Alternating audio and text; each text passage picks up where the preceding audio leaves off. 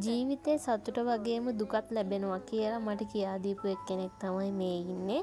මේ අපේ ටොමියා අපේ පවුලේ අනිත් සමාජිකයා. අද මම කතා කරන්නේ මෙයා ගැන. මොකද මට ඕන වුණා මෙයා ගැන මතක සටහනක් මන් ළඟ තියාගන්න. මෙයා අපිට හම්බෙන්නේ අපේ ගෙදර ඇඳක් අස්සේ ඉඳලා. ඒ කියන්නේ මෙයා මාස 5ක් වගේ පොඩි කාලයක් ඇතුළත කවුරු හරි ගෙනත් දාලා පාරට හිටියේ. කොහොම හරි මෙයා අපේ ගේ අස්සට රිංගගෙන අපි අතු ගාද්දි තමයි අපේ අම්මට තමයි හම්බෙලා තිබ්බේ. ඊට පස්සේ ඉතින් මමත් පොඩිනේ. මම සාමාන්‍ය පෙළ වයස වගේ ඇති. මෙයා කොහොම හරි අපිත් එක්ක සෙල්ලම් කර කර ඉද්දි මෙයාගේ දතක් වැදුනා මගේ කකුලේ. පොඩි කාලේ ඉඳන් ඉතින් බල්ලොන්ට ආසයිනේ හැමෝම. ඒ නිසා මට බෙහෙත් විඳින්න ඕන වුණ නිසා තමයි මෙයා අපේ ගෙදර තියාගෙන කන්න දුන්නේ. හැබැයි ටිකෙන් ටික ටොමි අපේම සමාජිකයෙක් වුණා අපිට නොදෙනි. අපේ ගෙදර ආරක්ෂකයා වුණේ මෙයා. මෙයා ගැන කතා කරොත් නම් ඉතින් මෙයා ටිකක් දඟකාරයි. ඒ වගේම තමයි කරදරත් ටිකක් කරලා තියෙනවා මිනිස්සුන්ට. කොහොම හරි ඉතින් අවුරුදු ගාණක් අපිත් එක්ක ටොමි ජීවත් වුණා. අවුරුදු 12ක් වගේ කාලයක් මං හිතන්නේ මේ අපිත් එක්ක ජීවත් වෙලා තියෙනවා. මොකද හරියටම කියන්න බෑ මෙයා ගෙනත් දාපු ඒ අවුරුද්දත් එක්ක තමයි මම මේ ගණන් හැදුවේ. කොහොම හරි බල්ලෙක් දැන් සාමාන්‍ය ටොමීගේ වයස ඉන්නවනේ. ඊට වැඩි අඩු වයසේ බල්ලෝ තව පැත්තේ මැරුණා. ඒත් අපේ ටොමි හොඳට හිටියා. දැන් මේ වෙද්දිත් මේ අසනීපෙන් ඉන්නේ. එයාගේ බඩේ හරි උගුරේ හරි මොකක් හරි ලෙඩක් තිබ්බා. හොයාගන්නත් බැරි වුණා. බෙහෙතුත් කරා හරි ගියෙත් නෑ. මොකද මෙයා පසු වෛද්‍ය කෙනෙක් ළඟට අරන් යන්න පුළුවන් තරම් හීලෑ බල්ලෙක් නෙවෙයි. එහෙම එන්නේ මම ෆොටෝස් අරන් ගිහිලා වීඩියෝස් අරන් ගිහින් පෙන්නලා තමයි මම බෙහෙත් අරගෙන ආවේ. කොහොම හරි ඩොක්ටර්ත් කිව්වේ මෙයා ගොඩක් වයස හින්දා ඔය වගේ ලෙඩ එනවා කියලා. අන්තිමට අපිට කරන්න දෙයක් තිබෙන්නේ නෑ. අවසානයේ කෑවේ යෝගට් විතරයි. ඒව දිදී හරි කොහොම හරි අපෙන් වෙන්න ඕන යුතුයකම් ඔක්කොම ඉෂ්ට කරා ටොමීට.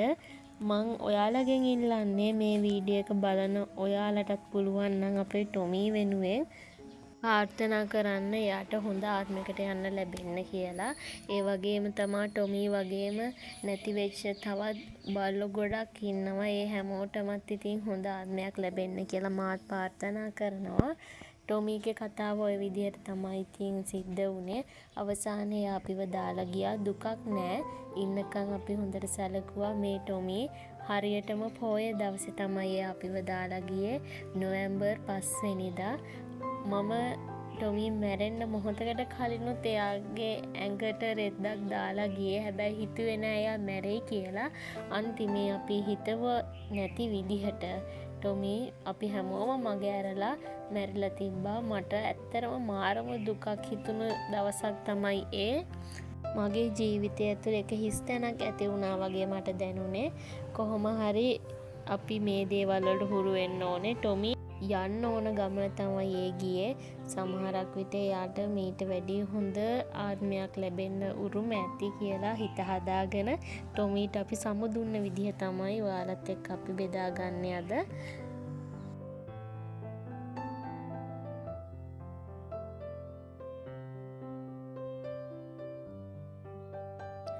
දැන් අපි මේ හදන්නේ ටොමීට අන්තිම පාරට සමු දීලා එයාව වලලන්න.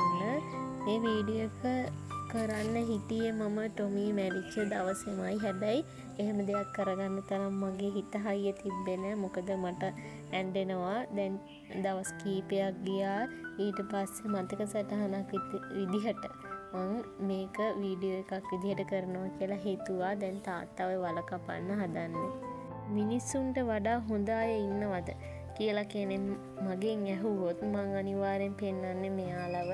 මොකද මෙයාලා හරිම අවංකයි තමන්ගේ ස්වාමියාට. කවදාවත් වරදක් වෙන වැඩක් කරන්නේ නෑ.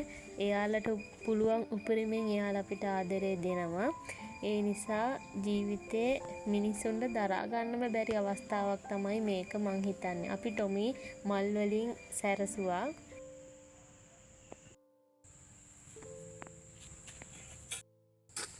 දැන් ඉතින් අපි එයාට අවසාන වතාවට සමු දෙනවා. ජීවිතේ දුක වෙන් වෙන දේවල් තමන්ගේ ආදරණීයයන්ගෙන් මට මුලින්ම ඉගැන්නුවේ අපේ ටොමී. ඒ හින්දා මං ටොමීට අන්තිම පාරට ඒකටත් ස්තූතිවන්ත වෙනවා.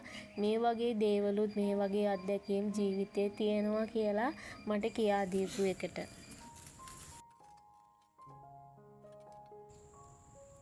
එයා වල දැම්මට පස්සෙත් මම හරි ලස්සන මල් පොකුරක් එයා වෙනුවෙන් නිර්මාණය කරා. ඉතින් ඒක හදන ගමන් තමයි මම මේ ඉන්නේ.